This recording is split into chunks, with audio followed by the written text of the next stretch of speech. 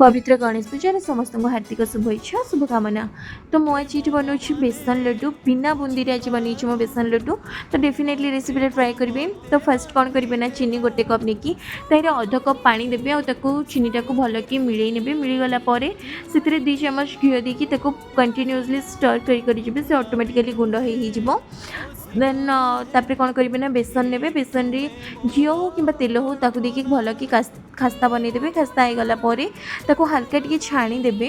तो छाणीदे कौन हम ना आमर जो लम्स थी से गुड़ा भांगी बहुत ही दानादार बन लड्डूटा। देन घी ने घी गरम हो गलापर से आम जो छाणी रखी थे खास्ता वाला बेसन ताकू देदेवे और कंटिन्यूअसली स्टर करेंगे। तो कौन हम ना घीटा ऑटोमेटिकली छाड़ी आसो छाड़ीदेला हल्का टिके पानी देकी सागे सागे कौन करेंगे ना गोटे खाली बासन को बाहर करदे और टिके टाइम पे ठंडा हवा को देवे। देखो मुझे स्पैचुला जमी ठंडा करमती ठंडा करदे आउे चीनी गुंडा जो फर्स्ट आम बनईकी रखी से गुंडाटा देवे। एमती बन चीनी गुंडाटा देले प्रॉफिट कौन ना बहुत दिन जाए स्टोर करेंगे आप। सो डेफिनेटली एमती बनाते जब चाहिए आप चीनी गुंडा भी देपारे। एक वर्ष Ganesh Puja definitely recipe try करूँ। आशा कर भिडियो भल लगी जब भल लगी then please like share and subscribe.